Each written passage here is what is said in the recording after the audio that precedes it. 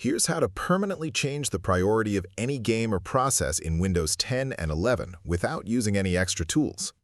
The normal way through Task Manager doesn't stick. As soon as you restart the game, the priority resets back to normal. Here's the permanent fix using the Registry Editor. Press Windows and R at the same time. Type regedit and press Enter.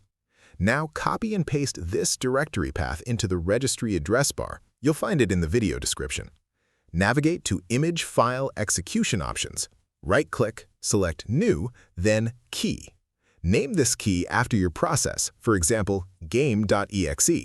Make sure you include the .exe at the end, otherwise it won't work. Now, right-click on that new key, select New, then Key again, and name it Perf Options, capital P and capital O.